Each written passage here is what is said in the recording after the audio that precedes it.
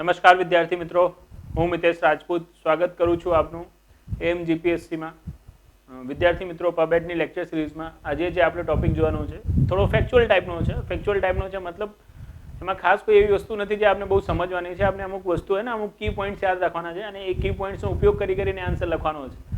Right, આપણે આજે તમને એક ટોપિક એવું શીખવાડવા જઈ રહ્યા છે જે આપણે ક્યાંક ને ક્યાંક નિબંધમાં બી કામ લાગી જશે. અદરવાઇઝ આપણે હંમેશા શું હશે, જે સજેશન છે ને, સજેશનમાં કામે લાગશે. અને ઓલવેઝ યાદ રાખજો, જ્યારે જીપીએસસીની એક્ઝામ હોય છે તો ઘણા બધા ક્વેશ્ચનમાં તમારા સજેશન્સ માંગતા હોય છે અલગ અલગ પ્રોબ્લેમ માટે. તો એ પ્રોબ્લેમમાં જે સજેશન્સ છે, રાઈટ, એ સજેશન્સમાં આ ટોપિક તમને બહુ ઉપયોગી થશે. રાઈટ, અને એ ટોપિક જે આપણે કહી રહ્યા છીએ કે ભાઈ આટલો બધો ઉપયોગી થશે સજેશનમાં કે એસએમાં ટોપિક કયો છે, તો એ ટોપિક છે જીવનમાં ગુડ ગવર્નન્સ, સુશાસન જેને આપણે કહીએ છીએ. રાઈટ, હવે જો ગુડ ગવર્નન્સ, તો લાઇકવાઇઝ મેં તમને પહેલાં બી કીધું કે આપણે જ્યારે બી કોઈ હે ને ટોપિક ભણીએ છીએ તો સૌથી પહેલાં શું ખબર હોવું જોઈએ? સૌથી પહેલાં ખબર હોવું જોઈએ એની ડેફિનેશન. કેમ કે જ્યારે બી સુશાસનને લગીને ગુડ ગવર્નન્સ, કે ભારતમાં ગુડ ગવર્નન્સ માટે સરકાર દ્વારા કરવામાં આવેલા કાર્યોની શું કરો, ચર્ચા કરો. એ ક્વેશ્ચન થઈ ગયો કે ભારતમાં સુશાસન લાગુ કરવા માટે હજી બી સરકારને શું કરવું પડશે? ઘણા બધા પ્રયત્નો કરવા પડશે.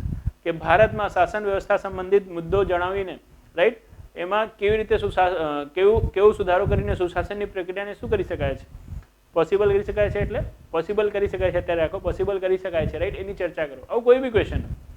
અદરવાઇઝ સુશાસનને લઈને શું ગુડ ગવર્નન્સ શું છે? ગુડ ગવર્નન્સ હેઠળ ઉપયોગમાં આવતા હે ને કન્સેન્સ ઓરિએન્ટેડ, સાથે સાથે રિસ્પોન્સિવનેસ અને એકાઉન્ટેબિલિટી જેવા શબ્દોનો અર્થ જણાવો. લાસ્ટ ટાઈમ જીપીએસસીમાં 2018માં એ લોકોએ શું કર્યું હતું? શબ્દોનો અર્થ જ પૂછી લીધું હતું. તો શબ્દોનો અર્થ બી જાણવું છે. સાથે સાથે કોઈ બી ક્વેશ્ચન આવી જાય, રાઈટ, સુશાસનનો, તો સૌથી પહેલાં આપણને શું કરવું પડશે? એની ડેફિનેશન લખવી પડશે. તો ડેફિનેશન ઇફેક્ટિવ ગુડ ગવર્નન્સની કેવી લખશો એ આપણે શીખવી છે. હવે જો ગુડ ગવર્નન્સની આપ ડેફિનેશન લખશો ને, એના પહેલાં આપણે શું આવવી જોઈએ? ગવર્નન્સની ડેફિનેશન આવવી જોઈએ. એને કે વોટ ઇઝ ગવર્નન્સ? ભાઈ ગવર્નન્સ શું છે જીવનમાં? તો જે બહુ સિમ્પલ છે કે જ્યારે આપણે વાત કરીએ છીએ ગુડ ગવર્નન્સની, તો એના પહેલાં ગવર્નન્સની વાત કરીએ, શાસનની, રાઈટ. સુશાસન તો પછીથી આવશે. તો જો ગવર્નન્સ શું છે, શાસન પ્રક્રિયા શું છે? તો શાસન પ્રક્રિયા is the process of decision making plus decision implementing.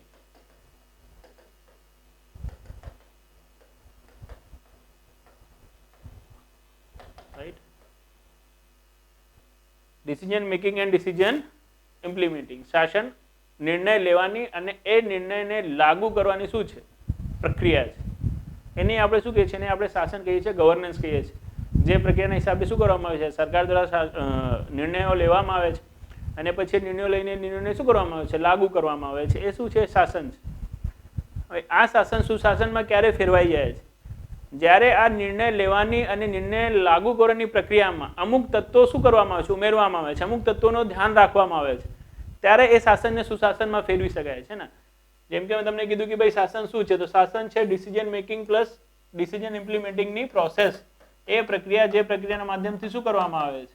નિર્ણયો લેવામાં આવે છે અને નિર્ણયો લાગુ કરવામાં આવે છે. જે પ્રક્રિયાના હિસાબે એને શું કહેવાય છે? એને શાસન કહેવાય છે. હવે આ પ્રક્રિયામાં, રાઈટ, જો ડિસિઝન લેતી વખતે અને ડિસિઝન લાગુ કરતી વખતે આપ શું રાખો? બધા લોકોના હિતોનું ખ્યાલ રાખો, પારદર્શિતા જળવાઈ રહે એનું ખ્યાલ રાખો, કોઈ બી જોડે ભેદભાવ ના થાય એનું ખ્યાલ રાખો, હે ને. તમારું જે ઉત્તરદાયિત્વ શું છે, રાઈટ, એનું ખ્યાલ રાખો. રાઈટ, આ બધી વસ્તુનો ખ્યાલ રાખીને આપ શું કરો છો? જો ડિસિઝન લો છો અને એ ડિસિઝનને લાગુ કરો છો, તો એ જ શાસનમાં ફેરવાઈ જાય છે. એ જ શાસન ફેરવાઈ જાય છે ગુડ ગવર્નન્સમાં, સુશાસનમાં. સુશાસનમાં ટોટલ 8 સ્તંભો છે. કેટલા સ્તંભો છે? 8 સ્તંભો. એ 8 સ્તંભોનો શું કરવામાં આવે? જો ખ્યાલ કરવામાં આવે કે જો એ 8 સ્તંભો ઉમેરવામાં આવે ડિસિઝન લેવાની અને ડિસિઝન લાગુ કરવાની પ્રક્રિયામાં, તો શાસનથી આપણે કઈ શાસન તરફ જઈ શકીએ છીએ? સુશાસન તરફ જઈ શકીએ છીએ. જે સુશાસન છે ને, સુશાસનની વાત સૌપ્રથમ આવી 1992માં. 1992માં જ્યારે એક ભૈયા હતા. કયા ભૈયા? તો વર્લ્ડ બેંક. વર્લ્ડ બેંકની એક રિપોર્ટ આવી. આને કોઈ કામ તો હોતું નથી, કોઈના કોઈ રિપોર્ટ આપીને આપ લોકોનું શું કરે છે? જીવન હરામ કરે છે. અને કોઈ બી રિપોર્ટમાં નવું શું આવે છે? નવું વર્ડ આવે છે તો યુપીએસસીને સિલેબસમાં ઠોકી દે છે. બરાબર ને?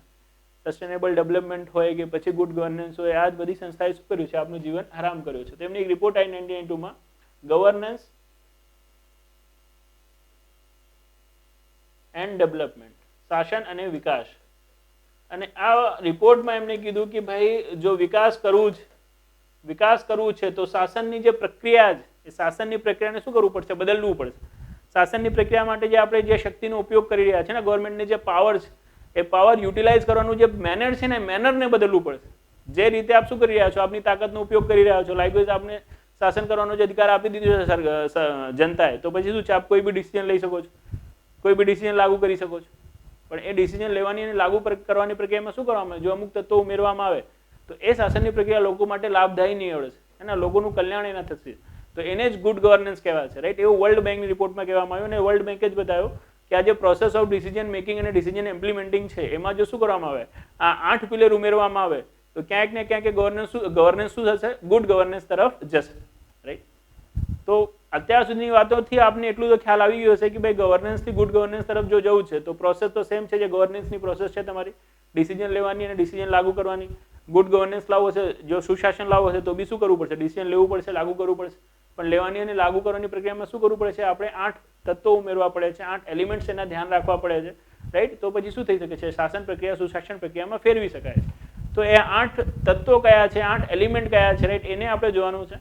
અને સાથે સાથે આપણને એ જોવાનું છે કે ભાઈ ગુડ ગવર્નન્સ શાસનની ડેફિનેશન જ્યારે આપણે બતાવીશું ને, તો બોલો ડેફિનેશનમાં બહુ સિમ્પલ છે કે ભાઈ શું આવશે કે જે શાસન છે તો આવી જશે. શાસન જેમ કે મેં તમને કહી દીધું કે શું છે, નિર્ણય લેવાની અને લાગુ કરવાની પ્રક્રિયા શું છે, એ શાસન છે, ગવર્નન્સ.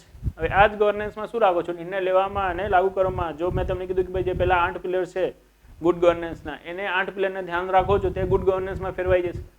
તો શાસનની પ્રક્રિયાના ભાગરૂપે નિર્ણય લેવાની અને લાગુ કરવાની પ્રક્રિયામાં જો રાઈટ, જો સહભાગિતા મતલબ ભાગીદારીતા, સહસંમતિ, પારદર્શિતા, ઉત્તરદાયિત્વતા, है ना, અનુક્રિયાત્મકતા, પ્રભાવિતા, સમતાપૂર્ણ મતલબ ઇક્વિટેબલ મતલબ બધા લોકોની, અને સાથે સાથે કાયદાના શાસનની પ્રક્રિયાનું જે ધ્યાન રાખવામાં આવે છે, તો એ શાસનને શું કહેવાય છે, એ શાસનને સુશાસન કહેવાય છે. ઇન શોર્ટ, ત્યારે સુશાસનની ડેફિનેશન આવે ગુડ ગવર્નન્સની, તો એના જે 8 કેરેક્ટરિસ્ટિક છે, એ 8 કેરેક્ટરિસ્ટિક ક્યાંક ને ક્યાંક આપણે શું કરવાનું છે, એડ કરવાનું છે in the definition of governance. ગવર્નન્સની ડેફિનેશનમાં જ્યારે 8 કેરેક્ટરિસ્ટિક્સ આવી જશે, આ 8 વિશેષતાઓ આવી જશે એના નિર્ણય નિર્માણની પ્રક્રિયામાં, ત્યારે શું થઈ જશે, એ સુશાસનમાં ફેરવાઈ જશે. હવે આ સુશાસનમાં જે આપણે આ 8 કેરેક્ટરિસ્ટિક કહી રહ્યા છે, હે ને, જો આ બધું યાદ રાખજો, જે રીતે આ લોકોએ બનાવ્યું છે ને એ જ રીતે બનાવી દેવાનું.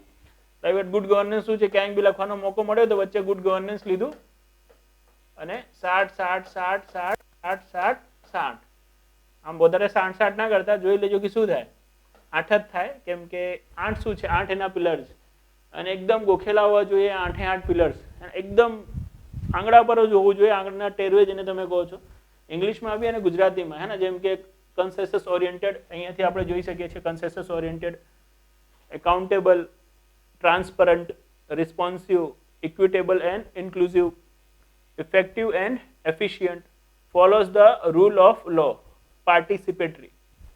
હવે જો આ જે 8 આપણે બતાવ્યા તમને, બરાબર છે ને, બટ ઓબ્વિયસ છે આપણે દેખાઈ રહ્યા છે તો આપ દેખીને શું કરશો, યાદ તો કરી જ લેશો. યાદ કરવાની શું નથી, આપણી રિસ્પોન્સિબિલિટી નથી, આપણી રિસ્પોન્સિબિલિટી છે સિલેબસ પૂરો કરવાનો અને દરેક ટોપિક આપણે ધ્યાનથી સમજાવવાનો. તો 8 આપણે યાદ કરવાનું છે. હવે આ 8 8નું મિનિંગ આપ સમજો કે 8 8નું મિનિંગ શું છે. સૌથી પહેલા ભાગ આપણે વાત કરીએ છીએ પાર્ટિસિપેટરી, સહભાગિતાપૂર્ણ. પાર્ટિસિપેટરીનો મતલબ શું, ભાગીદારીતાનો મતલબ શું, ભાગીદારીતાનો મતલબ આ છે કે ભાઈ શું કરવામાં આવે, શાસનની પ્રક્રિયામાં બધા લોકોને સમાવેશિત કરવામાં આવે, હે ને. જે માઇનોરિટી છે એની બી શું હોવું જોઈએ, એની બી પ્રક્રિયામાં ભાગીદારીતા હોવી જોઈએ, જે મહિલાઓ છે એની બી ભાગીદારીતા હોવી જોઈએ, રાઈટ. સાથે સાથે જે કહેવાય ને પછાત વર્ગના લોકો છે, પછાત વર્ગના લોકોનો બી શું હોવી જોઈએ, શાસનની પ્રક્રિયામાં ભાગીદારીતા હોવી જોઈએ, રાઈટ. એવું ના હોવું જોઈએ કે પાવરનો સેન્ટ્રલાઇઝેશન એક અમુક અલાઇડ પીપલ પાસે શું થઈ જાય, એના કોઈ ના કોઈ શું ના હોવું, કોઈ બી શું ના હોવું જોઈએ, વિશેષ અધિકારવાળો વર્ગ ના હોવું જોઈએ, જેને શું કર્યું છે, બધી નિર્ણય પ્રક્રિયા પોતાના હાથમાં લઈ લીધી છે. એનું શું હોવું જોઈએ, જેને કહે છે ને આપણે ડિસેન્ટ્રલાઇઝેશન. એ ડિસેન્ટ્રલાઇઝેશન શું કરશે, જે પાર્ટિસિપેશન છે એને વધારશે, ભાગીદારીતાને વધારશે, બરાબર. તો દેટ ઇઝ ધ ભાગીદારીતા, અધરવાઇઝ આપણે જેને કહી શકીએ છીએ કે ભાઈ પાર્ટિસિપેશન, બરાબર.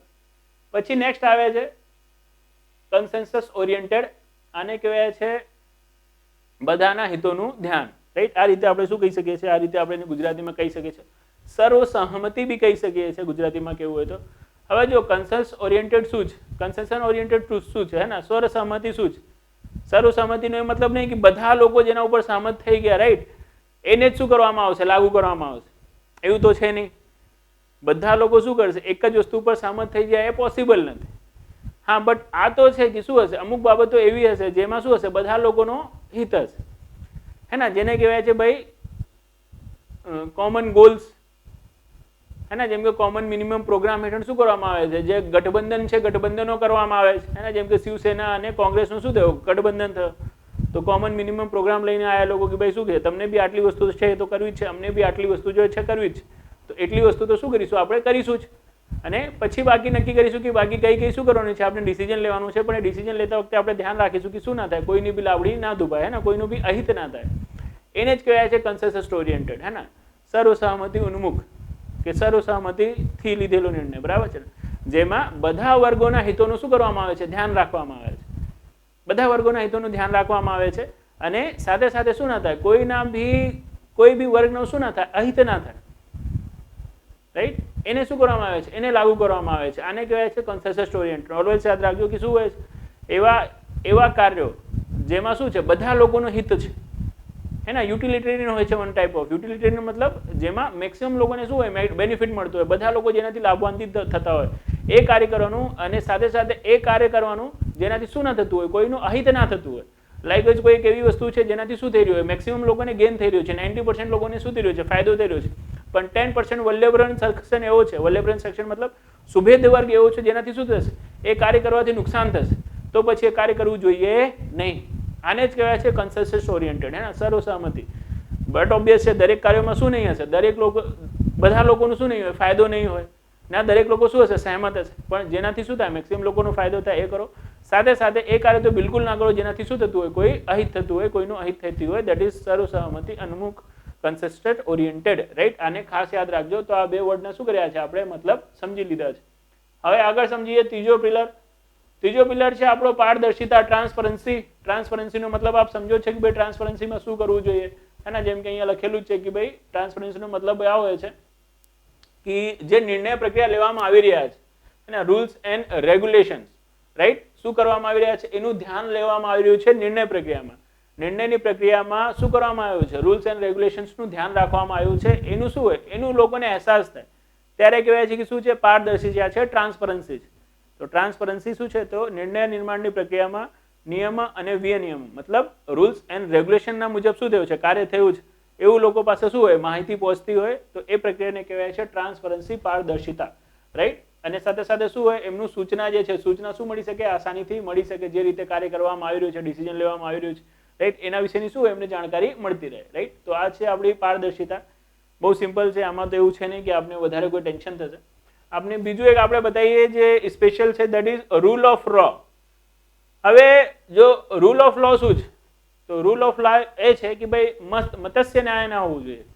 મત્સ્ય ન્યાય ના હોવું જોઈએ મતલબ એવું ના હોવું જોઈએ કે ભાઈ સરકાર જે ઈચ્છે એ કરે, હે ને. રૂલ ઓફ લો મતલબ જે બી શું કરવામાં આવ્યું છે, આપણા બંધારણના આધારે જે પ્રોસિજર્સ બનાવવામાં આવી છે કે ભાઈ આપ આ કાયદો બનાવી શકો છો, હે ને, ફંડામેન્ટલ રાઇટ છે, એને આપ ઓછું નથી કરી શકતા, આ આપના અધિકારમાં છે, આ આપના અધિકારમાં નથી, આ શું છે, સંઘ યાદીના વિષયો છે, આ રાજ યાદીના વિષયો છે, એનું પાલન થવું જોઈએ. એવું ના થવું જોઈએ કે શું આવી જાય, એનઆરકી આવી જાય, કે એવું ના થવું જોઈએ કે ડિક્ટેટરશિપ આવી જાય. રૂલ ઓફ લો, રાઈટ, કાયદોનું શું થવું જોઈએ, પાલન થવું જોઈએ. જે બી શું છે, રૂલ છે, બંધારણ છે, કે પછી આપણા શું છે, જેટલા બી પહેલાના એક્ટ છે, એ બધાના અનુસાર જ આપણે કોઈ બી રૂલ્સ કે રેગ્યુલેશન બહાર પાડવા જોઈએ, હે ને. આપણે ડિક્ટેટરશિપ ના બતાવવી જોઈએ કે ભાઈ હવે તો હું સરકાર બની ગયું છું, તો જીવનમાં જે મારી ઈચ્છા થશે એ જ થશે, ને હું જે કીધું એ કાનૂન, બાકી બધા 0 સન્નાટા. that is not should be the case, right. So that is rule of law. એનું શું રાખવું જોઈએ, ધ્યાન રાખવું જોઈએ, રાઈટ. બીજું આપણે જ્યારે કોન્સ્ટિટ્યુશન ભણીશું ત્યારે વાત કરીશું આપણે due process of law and procedure established by law. ના, they are the different thing and rule of law is a different thing, right. હવે નેક્સ્ટ જો આપણે જઈએ લઈને તો પાંચમું ઉત્તરદાયિત્વતા, રાઈટ. એકાઉન્ટેબિલિટી ઓલમોસ્ટ આપને ખબર જ. ઉત્તરદાયિત્વતા મતલબ સરકારે શું કર્યું છે, જે બી નિર્ણયો લીધા છે, રાઈટ, જે બી રૂલ્સ બનાવ્યા છે, રાઈટ, જે બી નિર્ણયો લીધા છે, નિર્ણયનો જે બી આઉટકમ આવે છે, એ આઉટકમને શું હોવું જોઈએ, સ્વીકારવું જોઈએ, રાઈટ. પોતાની શું લેવી જોઈએ, રિસ્પોન્સિબિલિટી લેવી જોઈએ કે ભાઈ જો શું કર્યું છે, આ કાર્ય અમે કર્યું છે, અને આનું શું છે, આ ડિસિઝનનું પરિણામ આવ્યો છે, તો એના માટે ઉત્તરદાયિત્વ કોણ છે, અમે જ, હે ને. જેમ કે નરેન્દ્ર મોદી સાહેબનું સ્ટેટમેન્ટ આપને યાદ હોય કે ભાઈ જ્યારે શું થયું, એર સ્ટ્રાઇક કરવાનો થયો, તો એમને કીધું કે જાઓ બિંદાસ તમે એર સ્ટ્રાઇક કરો, ભલે શું છે વાદળો છે, જો શું થશે, સક્સેસ થશો તો ગ્લોરી તો શું છે ભાઈ ઇન્ડિયન એરફોર્સની છે, અને ઇન કેસ જો શું થઈ ગયું, સક્સેસ નહીં થયો, આપણા પ્લેન શું થયા, રડારના પકડમાં આવ્યા અને તમને શું કરી નાખ્યું, એ લોકો શોટ ડાઉન કરી નાખ્યું, તો આપ ટેન્શન ના લો, શું છે જીવનમાં મારી એકાઉન્ટેબિલિટી છે, એના મારું ઉત્તર જ આવ્યું છે, કેમ કે નિર્ણય બી શું છે, એર સ્ટ્રાઇક કરવાનો નિર્ણય બી મારો જ. આપણે પલટી ના મારવી જોઈએ કે ભાઈ મેં થોડી કીધું હતું જીવનમાં, હવે એ લોકો પાયલટ જ બરાબર ના ઉડાવી શક્યા તો હું શું કરું જીવનમાં. That is not the case. સરકાર જો કોઈ કાર્ય કરી રહી છે તો કાર્યના જે બી પરિણામો છે, પરિણામોને શું કરવું જોઈએ, જે સરકાર છે સરકારને સ્વીકારવું જોઈએ, right. Government should be accountable હોવું જોઈએ પોતાના કાર્યો પ્રત્યે, જે બી એના ડિસિઝન છે ડિસિઝન પ્રત્યે, બરાબર છે. ઓકે, પછી રિસ્પોન્સિવનેસ હે ને. રિસ્પોન્સિવનેસનો મતલબ હોય છે સરકારને શું કરવામાં આવે, જ્યારે પ્રશ્નો પૂછવામાં આવે તો પછી એનો જવાબ મળવું જોઈએ લોકોને, રાઈટ. એમની જે ક્વેરી છે ને એ ક્વેરી સોલ્વ હોવું જોઈએ. જેમ કે અહીંયા બી છે કે હિતધારકોને શું થાય, ઉચિત સમયમાં સેવા પ્રદાન કરવાનું શું કરે, પ્રયાસ કરે. સાથે સાથે નાગરિકોના શિકાયતોનું શું કરવામાં આવે, મતલબ એની ફરિયાદોનો સમાધાન કરવામાં આવે.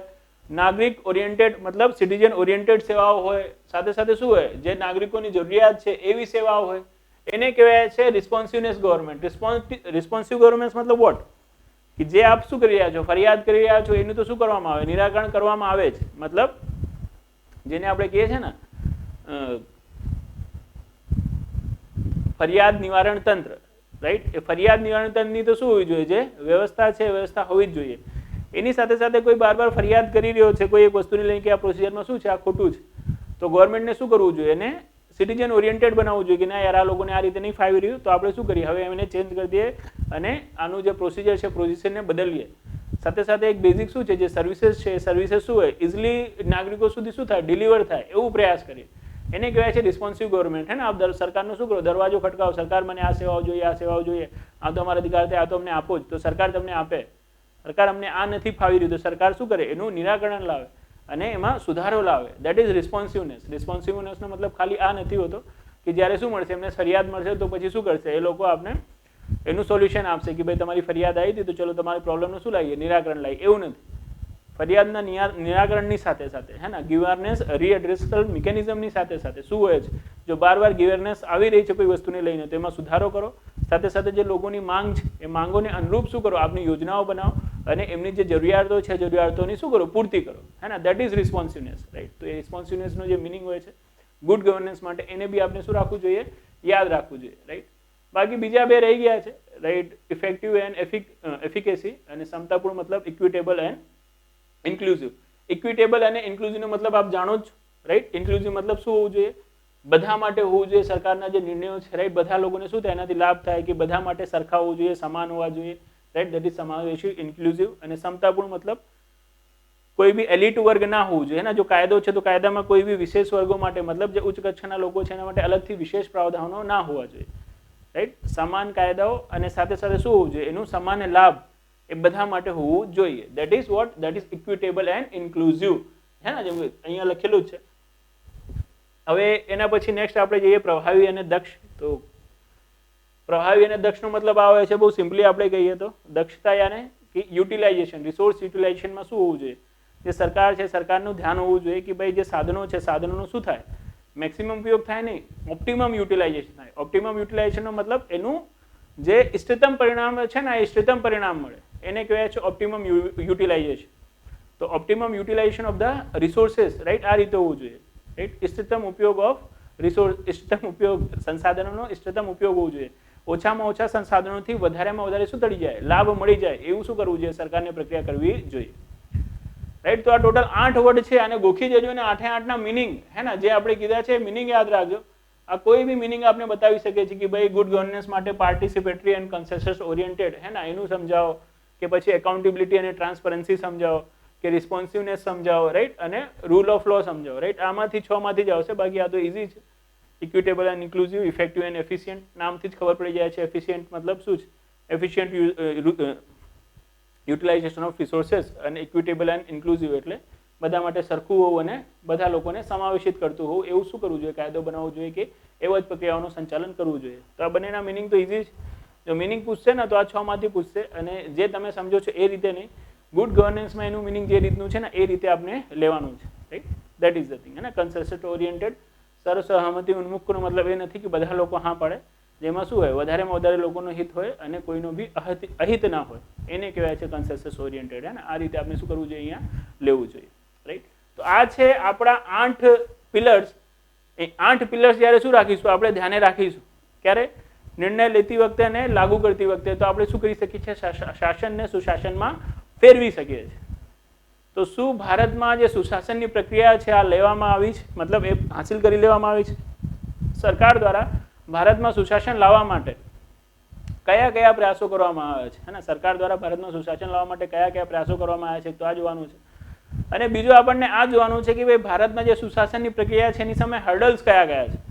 જેમ કે ક્વેશ્ચન પૂછે કે ભારતમાં હજી બી સુશાસન છે, એ પોતાના ઉદ્દેશોને સામેલ નહીં કરી શક્યો, ઉદ્દેશોને પ્રાપ્ત નહીં કરી શક્યો, રાઈટ? આના કારણોની શું કરો? ચર્ચા કરો કે સુશાસન પ્રક્રિયામાં ભારતમાં સુશાસન લાગુ કરતા પહેલા હજી બી શું કરવા પડશે? ઘણા બધા પ્રક્રિયાત્મક સુધારાઓ કરવા પડશે, હે ને? ચર્ચા કરો. આવા જે ક્વેશ્ચન બનશે ને, આ ક્વેશ્ચન બધા શું છે? ઇશ્યુ બેઝ ક્વેશ્ચન છે, અદરવાઇઝ પ્રોબ્લેમ બેઝ ક્વેશ્ચન છે. બે વસ્તુ ગુડ ગવર્નન્સમાં ખબર હોવી જોઈએ. એક તો ખબર હોવું જોઈએ સરકારના એફર્ટ્સ, એ સરકાર ગુડ ગવર્નન્સ આવે ને એના માટે કયા કયા એફર્ટ્સ લઈ રહી છે. અને બીજું આપણને આ ખ્યાલ હોવો જોઈએ કે સરકાર આટલી બધી એફર્ટ તો લઈ રહી છે તો પણ શું નહીં થઈ રહ્યું છે? ગુડ ગવર્નન્સ છે, ગુડ ગવર્નન્સ એના ઓબ્જેક્ટિવ્સને, એના ગોલ્સને પ્રાપ્ત નથી કરી રહ્યો. કેમ નથી કરી રહ્યું? એનું કારણ શું છે?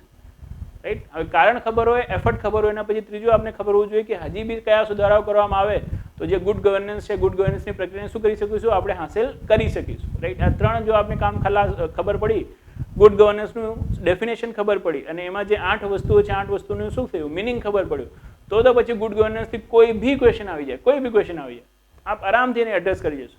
ડેફિનેશન, 8 પિલર્સ, ગવર્મેન્ટ્સ એફર્ટ, है ना, द ઇશ્યુ જેના કારણે શું નહીં થયું? ગોલ્સ ઓબ્જેક્ટિવ અચીવ નહીં થયા, and suggestions or way forward, જેનાથી શું થશે? જે ગુડ ગવર્નન્સ છે એ સફળ થશે. એટલી વસ્તુ આપણે ખબર હોવી જોઈએ, બરાબર? તો આવો ચલો એક પછી એક જોઈએ. સૌથી પહેલા આપણે જોઈએ કે ભાઈ જે ગુડ ગવર્નન્સ છે, એ ગુડ ગવર્નન્સ ભારતમાં સફળ કેમ નહીં થયું? એના સફળ કેમ નહીં થયું? તો જો ભારતમાં ગવર્નન્સ મતલબ શાસનને લઈને શું છે? ઘણા બધા ઇશ્યુઝ, અને આપને ખબર છે good governance is an type of governance. શાસનનું શું છે? એક પ્રકાર છે. શાસનમાં નિર્ણય નિર્માણની પ્રક્રિયા અને નિર્ણય લાગુ કરવાની પ્રક્રિયા કેવી રીતે લો છો એ જ રીતે શું થાય છે? શાસન છે ને આપણે અલગ અલગ રીતમાં વર્ગીકૃત કરી શકીએ છીએ. જેમ કે સ્થાનીય શાસન, લોકલ ગવર્નન્સ જેને કહેવાય છે, હે ને? કે ભાઈ જ્યારે શાસનમાં નિર્ણય લેવાની પ્રક્રિયા અને એને લાગુ કરવાની પ્રક્રિયામાં સ્થાનીય લોકોનું શું લેવામાં આવે છે? સહયોગ લેવામાં આવે છે, સ્થાનિક લોકોને સામેલ કરવામાં આવે છે, એના હિતોનું ધ્યાન રાખવામાં આવે છે, એ લોકોને આધારિત પ્રક્રિયાઓ બનાવવામાં આવે છે, નિર્ણયો લેવામાં આવે છે, તેને શું કહેવાય છે? લોકલ ગવર્નન્સ કહેવાય છે. આ રીતે બહુ સિમ્પલ છે. જ્યારે આંતરરાષ્ટ્રીય સમુદાયનું હિત ધ્યાનમાં રાખવામાં આવે છે, આંતરરાષ્ટ્રીય સ્તરની નીતિઓ ધ્યાનમાં રાખવામાં આવે છે, આંતરરાષ્ટ્રીય સ્તરે લોકોને શું કરશે, આ કેવી રીતે અસર કરશે એ ધ્યાન રાખવામાં આવે છે, તેને શું કહેવાય છે? ઇન્ટરનેશનલ ગવર્નન્સ કહેવાય છે, હે ને? જે નિર્ણય નિર્માણની પ્રક્રિયા છે ને લાગુ કરવાની પ્રક્રિયા છે, એમાં આપ શું કરી રહ્યા છો? કયા પરિપ્રેક્ષ્યથી વિચારી રહ્યા છો? કયા પરિપ્રેક્ષ્યના આધારે એને લાગુ કરી રહ્યા છો? એના આધારે શું થશે? જે શાસન છે એના આધારે પ્રકાર પડી જાય છે, જેમ કે national governance, international governance, corporate governance, હે ને? અને સાથે સાથે લોકલ ગવર્નન્સ. આ રીતે તો ગુડ ગવર્નન્સ બી શું છે? શાસનનો એક પ્રકાર જ. તો જો શાસનમાં શું છે? શાસનની જે બેઝિક પ્રક્રિયા છે નિર્ણય લેવાની અને લાગુ કરવાની પ્રક્રિયા, એમાં જ જો પ્રોબ્લેમ હશે તો જો ગવર્નન્સની જ પ્રક્રિયા સારી રીતે નહીં ચાલી રહી તો પછી એના પ્રકારો તો તમે ક્યાંથી લાવશો? ગુડ ગવર્નન્સનો તો શું નથી? કોઈ સ્કોપ જ નથી. તો જે ઇશ્યુ રિલેટેડ ટુ ગવર્નન્સ છે ખ્યાલ હોય ને તો ઓટોમેટિકલી શું આવી જશે? જે ગવર્નન્સને રિલેટેડ જે ખ્યાલ છે કે ઇશ્યુ છે ખ્યાલ જ આવી જશે. ભારતમાં ગુડ ગવર્નન્સ નથી લાવી શક્યો કે એના ગોલ્સને અચીવ નહીં કરી શક્યો કેમ કે ભારતમાં શાસન સંબંધી શું છે? ઘણા બધા મુદ્દાઓ છે. જેમ કે પહેલું છે આપણું પોલિટિકલ ઇશ્યુ. પોલિટિકલ ઇશ્યુ આ છે કે ભાઈ જે રાજનીતિ છે, હે ને, રાજનીતિનું અપરાધીકરણ, રાજનીતિમાં શું થઈ રહ્યું છે? શક્તિનો દુરુપયોગ થઈ રહ્યો છે. વિકેન્દ્રીકરણની જે વાતો છે, રાઈટ, એ વિકેન્દ્રીકરણની વાતો ઉપર શું નહીં કરવામાં આવ્યો? કાર્ય નથી કરવામાં આવ્યો, માત્ર કાગળિયા ઉપર છે, રાઈટ, એનું ક્રિયાન્વયન નથી કરવામાં આવ્યો. 73rd 74 કોન્સ્ટિટ્યુશન અમેન્ડમેન્ટ આપણે લાયા છીએ, ચૂંટણીઓ બી કરાવીએ છીએ, પણ એમાં બી શું નથી? એમાં બી જે પ્રોપર ફંડિંગ છે નહીં, એમને પ્રોપર અધિકારો આપણે આપ્યા છે નહીં, કોઈ મેજર કરવેરાના શું નહીં આપ્યા? સ્ત્રોત નથી આપ્યા. તો પછી ક્યાંથી એમના પાસે શું આવશે? કોઈ અધિકારો આવશે કે કોઈ શાસન એમના હાથમાં આવશે? એના તો ફર્સ્ટ તો આ શું છે? પોલિટિકલ ઇશ્યુ છે.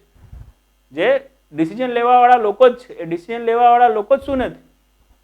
જો ઈમાનદાર નથી તો પછી એ લોકો ક્યાંથી ટ્રાન્સપરન્સી લાવશે? પારદર્શિતા કોણ લાવશે? એ લાવશે ને જે પહેલા પોતે શું હોય, પહેલા ક્લીન હોય. જો પોલિટિકલ સિસ્ટમ જ તમારું શું છે? ડેમેજ થઈ ગયેલો છે, તો એ લોકો તો ક્યારેક બી શું નહીં આવશે? ટ્રાન્સપરન્સી ઉપર, એકાઉન્ટેબિલિટી ઉપર, આ બધા ઉપર આવશે જ નહીં. કેમ કે એમને તો શું નહીં મળી? ગળથુથીમાં આ વસ્તુ મળી જ નથી. તો એક પ્રોબ્લેમ છે. રાજનીતિક શક્તિનો દુરુપયોગ થાય છે, રાઈટ, બદલાની ભાવનાથી કાર્ય થાય છે, જેને આપણે કહીએ છીએ વેન્ડેટા પોલિટિક્સ. કે ગવર્મેન્ટ આવશે બીજેપીની તો કોંગ્રેસ વાળાની પાછળ પડી જશે, કોંગ્રેસની આવશે તો બીજેપી વાળા પાછળ પડી જશે. તો એના કારણે શું નહીં થઈ શકતું? એના કારણે જે દેશના સામાજિક અને આર્થિક સંસાધનો છે એનો યોગ્ય ઉપયોગ નહીં થઈ શકતો. એના ગવર્મેન્ટ શું કરી રહી છે? પોતાની જે શક્તિ છે, શક્તિને વેફડી રહી છે. એ શક્તિનો શું કરવું જોઈએ? ઇષ્ટતમ ઉપયોગ કરવો જોઈએ, રાઈટ. તો દેટ ઇઝ ધ ઇશ્યુ કે ભાઈ રાજનીતિક મુદ્દાઓ છે એના કારણે ગુડ ગવર્નન્સ નહીં આવતું. પછી શું છે, જે કાયદાકીય અને ન્યાયિક મુદ્દાઓ છે એ બી છે જેના કારણે ગુડ ગવર્નન્સને આપણે લાગુ નથી કરી શકતા, કે જે ગુડ ગવર્નન્સ છે એમાં હડલ ક્રિએટ થાય છે. પછી શું નથી, જે વિલંબિત ન્યાય છે, ન્યાયની પ્રક્રિયા યોગ્ય નથી, હે ને, વાદ વિવાદમાં ઘણો બધો સમય નીકળી જાય છે. ન્યાયપાલિકા શું નથી, જવાબદેહી નથી એની, હે ને, કોઈ કેસ થાય જો એના ઉપર શું નથી, કોઈ એકાઉન્ટેબિલિટી નથી કે અમે શું કરીશું 3 મહિનામાં કે 4 મહિનામાં ડિસિઝન લઈએ જ આવીશું. કેસ ખેંચાતો રહે છે, રાઈટ. અને સાથે સાથે શું છે, લાઈફ એન્ડ સિક્યુરિટી એને લઈને શું છે ઇશ્યુ છે ઇન્ડિયામાં, હે ને, જીવન અને વ્યક્તિગત સુરક્ષાને લઈને સંઘર્ષ છે. આ શું છે, આ ન્યાય અને કાયદાકીય બાબતો છે. પ્રશાસનિક મતલબ એડમિનિસ્ટ્રેટિવ લેવલ ઉપર કયા કયા ઇશ્યુઝ છે, તો એડમિનિસ્ટ્રેટિવ લેવલ ઉપર જે ઇશ્યુ છે બહુ સિમ્પલ છે કે જે સિવિલ સર્વન્ટ છે, સિવિલ સર્વન્ટમાં શું નથી, સિવિલ સર્વન્ટમાં એકાઉન્ટેબિલિટી નથી કે ભ્રષ્ટાચારનું શું છે એમાં વધારો છે. સાથે સાથે આ જે ગવર્મેન્ટ મશીનરી છે એમાં સંવેદનશીલતા, પારદર્શિતા અને જવાબદેહિતાનો અભાવ છે, રાઈટ. સાથે સાથે જે ભ્રષ્ટાચાર છે તો બટ ઓબ્વિયસ છે જ, રાઈટ. પ્રશાસનિક લેવલ ઉપર હું તમને ખાલી આ બતાવી રહ્યો છું કે ઇન કેસ પૂછી લે કે ગુડ ગવર્નન્સ ભારતમાં કેમ નહીં લાવી શક્યો, તો બીજા લોકો તો બધા લખશે જ, રાઈટ, કે ભારતમાં શું છે ભ્રષ્ટાચાર વધારે છે, સિવિલ સેવકો શું છે કરપ્ટ છે. સાથે સાથે આઈસીટી મતલબ ઇન્ફોર્મેશન કોમ્યુનિકેશન ટેકનોલોજી એના મદદથી જે ઈ ગવર્નન્સ છે એ ગવર્નન્સને ભાર નથી મૂકવામાં આવ્યું. જે વિકેન્દ્રીકરણ છે, વિકેન્દ્રીકરણનો યોગ ઇમ્પ્લિમેન્ટેશન નહીં કરવામાં આવ્યું. આ લોકો બધા લખશે, પણ શું થઈ જશે કે આમ ટોપિક વાઇઝ સીધું જનરલાઇઝ થઈ જશે. આપ જો સેગ્રિગેટ કરી દો કે ભાઈ ગુડ ગવર્નન્સ નહીં આવી શક્યું એનું શું છે, એના મુખ્ય કારણો નીચે મુજબ છે. તો પહેલું કારણ શું છે, તો પોલિટિકલ રીઝન. તો પોલિટિકલ રીઝન શું છે એના 3 મુદ્દા લખો. પછી એડમિનિસ્ટ્રેટિવ રીઝન, એડમિનિસ્ટ્રેટિવ રીઝનના 3 મુદ્દા લખો, રાઈટ. પછી જ્યુડિશિયલ રીઝન મતલબ જે આપણું કાયદાકીય હતો એ, હે ને, એના શું લખો, 3 રીઝન લખો. તો એક શું થશે, આપણું કોમ્પેક્ટ આન્સર દેખાશે. બાકી ગુડ ગવર્નન્સ કેમ નથી લાવી શક્યું કે એના પોતાના ઉદ્દેશોમાં સફળ કેમ નહીં થઈ શક્યું, આનો આન્સર તો કોણ નથી લખી શકતો યાર, બધા લોકો લખી દેશે ને, બધા પ્રોબ્લેમ બતાવી દેવાના છે જે ઇન્ડિયામાં આપણે જોવા મળી રહ્યો છે, રાઈટ. અને એ પ્રોબ્લેમ આપ બતાવી દો તો પછી બટ ઓબ્વિયસ છે રાજનીતિનું અપરાધીકરણ તો ખબર જ છે, આપણે બતાવી તો દેશો પણ એક જનરલાઇઝ થઈ જશે. આપ જો આ રીતે શું કરી લેશો, સેગ્રિગેટ કરી લેશો, તો સેગ્રિગેટ કરી લેશો તો હે ને સમાજનું બી પ્રોબ્લેમ છે ઘણો મોટો, એના કારણે શું નહીં થયું, ગુડ ગવર્નન્સ નહીં આવ્યું. પણ આપ જો સામાજિક સમસ્યા અલગ લખશો, કાનૂની સમસ્યા અલગ લખશો, રાઈટ, ભ્રષ્ટાચાર માટે જે એડમિનિસ્ટ્રેશનનું શું છે સમસ્યા છે અલગ લખશો, પોલિટિકલ સમસ્યા અલગ લખશો, તો that will be more relevant, right. શું લાગશે એમને, વધારે જસ્ટિફાયેબલ લાગશે કે ના આને શું કર્યું છે, દરેક પ્રોબ્લેમને સેગ્રિગેટલી બતાવ્યો છે, જનરલાઇઝ નથી કર્યો. એટલા માટે આપણે આ તમને સેગ્રિગેટ કરીને બતાવી રહ્યા છે. એને આપ મુદ્દા વાઇઝ શું કરી લેજો, આને આપ મુદ્દા વાઇઝ બનાવી લેજો, બરાબર છે. ઇકોનોમિકલ ઇશ્યુ બી છે. ઇકોનોમિકલ ઇશ્યુમાં આ છે કે ભાઈ શું નથી, સરકારની જે પોલિસી છે ઇકોનોમીની એ યોગ્ય નથી ને, સબસિડી બહુ વધારે ખર્ચો કરે છે, અને જે લોકોને સબસિડી ના મળવી જોઈએ એમને મળી રહી છે, જેમને મળવી જોઈએ એમને નથી મળી રહી. તો પછી જે વલ્યુરેબલ શું છે સેક્શન છે, સુભેદ વર્ગ છે, એ સુભેદ વર્ગને શું નહીં મળે, કોઈ લાભ મળશે નહીં, કે જેટલું લાભ એને મળવું જોઈએ એને નહીં મળે, રાઈટ. તો ઇન્ક્લુઝિવનેસ ક્યાંથી આવશે. પછી ફાઇનાન્શિયલ શું છે, ઇમ્બેલેન્સ છે, વિત્તીય અસંતુલન છે. રાજ્ય સરકાર પાસે શું નથી, કોઈ ઇકોનોમિક રિસોર્सेस નથી, કેન્દ્ર સરકાર પાસે શું છે ઇકોનોમિક રિસોર્सेस બહુ વધારે છે. તો નિર્ણય નિર્માણની પ્રક્રિયા તો બંનેને કરવાની છે કે નહીં, સ્ટેટ ગવર્મેન્ટને બી કરવાની છે અને જે સેન્ટ્રલ ગવર્મેન્ટ છે એને બી કરવાની છે. લોકોના હિતોનું ધ્યાન રાખવાનું છે, પણ ધ્યાન રાખવા માટે જે ખર્ચ જોઈએ ખર્ચ જ નથી સ્ટેટ ગવર્મેન્ટ પાસે, તો ક્યાંથી શું કરી લેશે, ક્યાંથી સારા નિર્ણયો લઈ શકે, ક્યાંથી સારી યોજનાઓ લાવશે, રાઈટ. બંને પાસે શું હોવું જોઈએ, કહેવાય છે ને, જેમ કે તમને કીધું કે ભાઈ ઇકોનોમિક રિસોર્सेस હોવા જોઈએ, વાયબલ ઇકોનોમિક રિસોર્सेस હશે તો સારી નીતિ નિર્માણ પ્રક્રિયા થશે. ક્ષેત્રીય સમાનતા મતલબ રિજનલ ઇમ્બેલેન્સ, એના કારણે બી શું નહીં થઈ શકતું, દરેક ક્ષેત્રમાં કે દેશમાં જે આર્થિક અને સામાજિક વિકાસ છે બધાનું સરખી રીતે નહીં થઈ શકતું, રિજનલ ઇમ્બેલેન્સ. અને જો સામાજિક અને આર્થિક વિકાસ શું છે યોગ્ય રીતે નથી થતું, બટ ઓબ્વિયસ ક્યાંક ને ક્યાંક શું છે જે ગુડ ગવર્નન્સ છે, ગુડ ગવર્નન્સ સિદ્ધ નહીં થઈ રહ્યું. પછી સોશિયલ એન્ડ એન્વાયરમેન્ટલ ઇશ્યુ બી છે કે હજી બી શું નથી, ઘણા બધા લોકો પાસે શું છે ને બેઝિક નીડ્સની વસ્તુ નથી, કે બેઝિક સુવિધાઓ પ્રાપ્ત નથી, સામાજિક, ધાર્મિક, રાઈટ, જાતિગત અને લૈંગિક શું છે અસમાનતાઓના કારણે શું કરવામાં આવે છે, લોકોનું બહિષ્કરણ કરવામાં આવે છે, તો ઇન્ક્લુઝિવનેસ નથી આવતું. સાથે સાથે વલ્યુબરન સર્કશન બહુ વધારે છે, મતલબ પછાત વર્ગ, વલ્યુબરન સર્કલ સમજો ને, સુભેદ વર્ગનું લોકોનું વધારે હોવું, અને બસ આટલો પ્રોબ્લેમ તો બહુ છે, હે ને. તો વોટ આર ધ પ્રોબ્લેમ જેના કારણે ગુડ ગવર્નન્સ શું નહીં થઈ રહ્યું, સફળ નહીં થઈ રહ્યું, તો આ બધા આપ બતાવી દેજો, રાઈટ. કયા કયા બતાવવાના છે આપને, રાજનીતિક, કાયદાકીય, પ્રશાસનિક મતલબ વહીવટી, પછી આર્થિક અને પછી સામાજિક. આ રીતે આપ શું કરજો, નીચેને પછી સેગ્રિગેટ કરી દેજો તો આપનું કામ થઈ જશે. Okay, these are the problem જેના કારણે શું નહીં થઈ રહ્યું, જેના કારણે જે ગુડ ગવર્નન્સ છે, ગુડ ગવર્નન્સ ભારતમાં નથી આવી રહ્યું. પણ એવું નથી ગુડ ગવર્નન્સ નહીં આવી રહ્યું તો સરકારે શું નથી કર્યું, ગુડ ગવર્નન્સ માટે કોઈ કાર્ય કર્યો જ નથી. સરકાર કાર્ય કરી રહી છે, આ બધા પ્રોબ્લેમને રિઝોલ્વ કરવાના પ્રયાસો કરી રહી છે, અને પ્રયાસ કરવાના ભાગરૂપે સરકાર દ્વારા ભારતમાં સુશાસનની પ્રક્રિયાને લાગુ કરવા માટે કયા કયા પ્રયાસો કરવામાં આવ્યા છે. તો જો જે તમારું સિલેબસ છે ને પબેડનું એને મસ્ત રીતે આપ યાદ રાખો ને તો બધું શું છે, બધું ગુડ ગવર્નન્સ માટે જ.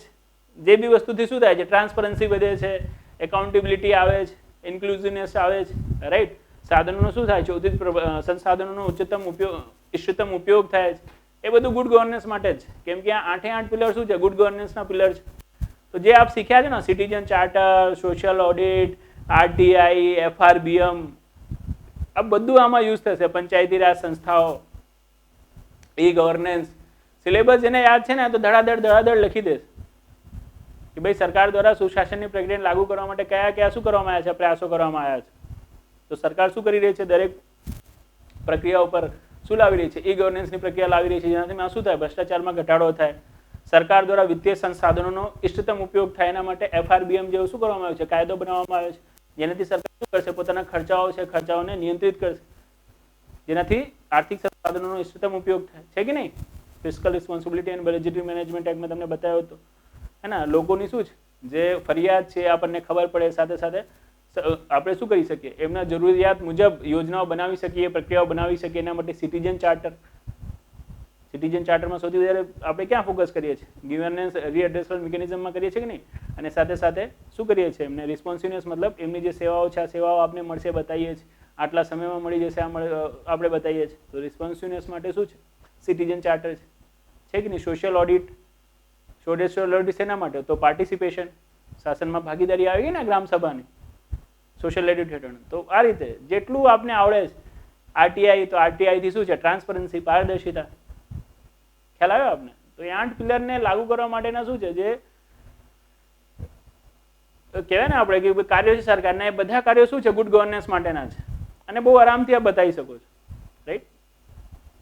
કયા કયા છે, social audit, e governance, citizen charter, પછી લોકપાલ, લોકપાલ બી છે કે નહીં યાર, ભ્રષ્ટાચારને રોકવા માટે જ. પછી એફઆરબીએમ, પછી સેવોત્તમ મોડલ, રાઈટ. સિટીઝન ચાર્ટર એનું શું છે, પાર્ટ છે સેવોત્તમ મોડલમાં. લોકોને શું થાય, જે સરકારી સુવિધાઓ છે આસાનીથી એના દ્વારા પહોંચી શકે એના માટેનો મોડલ છે સેવોત્તમ મોડલ. ચલાવીશું આપણે સિલેબસના ભાગમાં બી છે સેવોત્તમ, સેવા પ્લસ ઉત્તમ. સેવોત્તમ મોડલ ઉપર સરકાર શું કરી રહી છે, કાર્ય કરી રહી છે. That is that.